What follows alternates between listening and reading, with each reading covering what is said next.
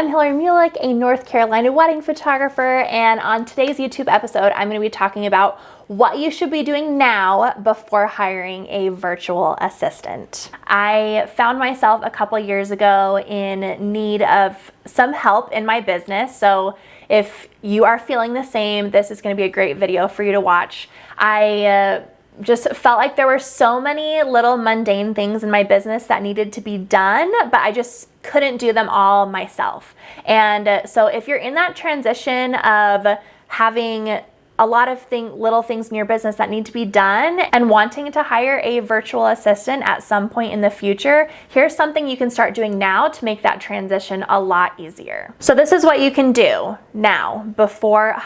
taking that next step and hiring a virtual assistant. I want you to start keeping record of all of your workflows. And you can do this two ways. You can do this in written form by writing down exactly the workflow of each of these mundane tasks that need to be done in your business that a virtual assistant in the future could be doing, but they're just not at the moment. So write down each of these steps and each of these workflows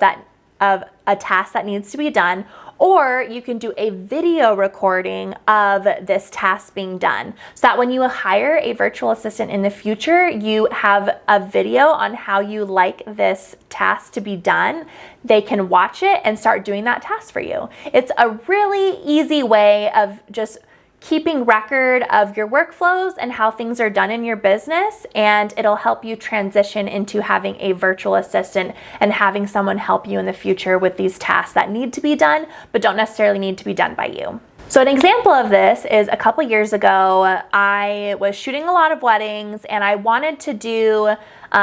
sneak peek stories a couple days after the wedding of images from that wedding using the sneak peek images that I sent to the bride and groom. But I just found the task to be exhausting, and a lot of times I would skip it, even though posting sneak peek images to my stories created a lot of traffic, and being able to tag the vendors in all of the images created a lot of reposting from those vendors, and it was just a great thing for my business, but I just found the task to be really daunting and really time consuming, even though it was such an easy thing. So what I did is I went on my phone, I turned on the record setting. So what you do is if you have an iPhone, you just swipe up,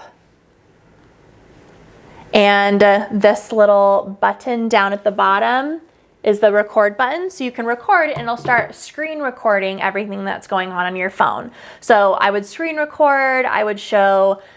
how to access my sneak peek images, how I like the stories to be made, where to go to find access to all of the vendor handles from that wedding, how to tag it, how to post it. So I just did a screen recording on my phone of all of these things. So the workflow was how to post sneak peek images to Instagram stories. And what I do is I hired someone and I sent them that video. This is what I need done, and it'll take you about this amount of time, and I need it done every single time after I have a wedding. So every Monday after I'd shoot a wedding on Saturday, this person would go create these Instagram stories for me, post them, they would tag all the vendors, and it was something that I didn't have to do, and it was something that I was able to outsource to someone else because I had a video of me doing it. So if there are other things in your business, such as Instagram things, posting to Pinterest, ordering albums for your clients, basically anything that needs to be done in your business that is an easy thing that needs to be done, but is just really time consuming for you, or you just don't have time to do it because there are other things that take higher priority for you, do a video recording or just a written down workflow of how to complete this task so that in the future you have this bank of this is basically how I do all these tasks in my business. And then when you hire a virtual assistant in the future, or you hire someone to just take care of some of these tasks for you, you will have either video or written documentation of how to do those things, and you can send them over to them. Another tip on how I like to store these workflows is I have a Google Drive, and I have a folder that is just my workflow videos for my business. So I upload any videos that I take of screen recordings on my phone or screen recordings on my computer, I will just save them and upload them to this folder on my Google Drive and just name them what task this is,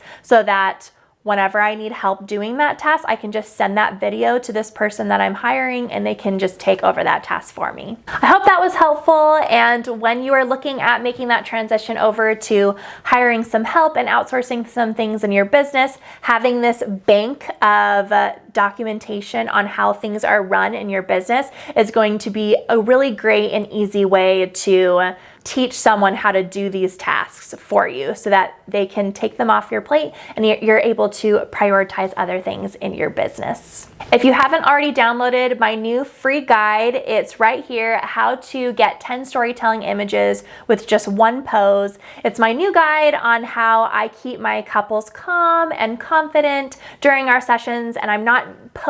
overly posing them or moving them around a ton, because I'm able to get such a variety of images by just posing them in one pose. So if you're interested in that guide, the link is down in the description, and I'll see you again next week for another YouTube video. Bye.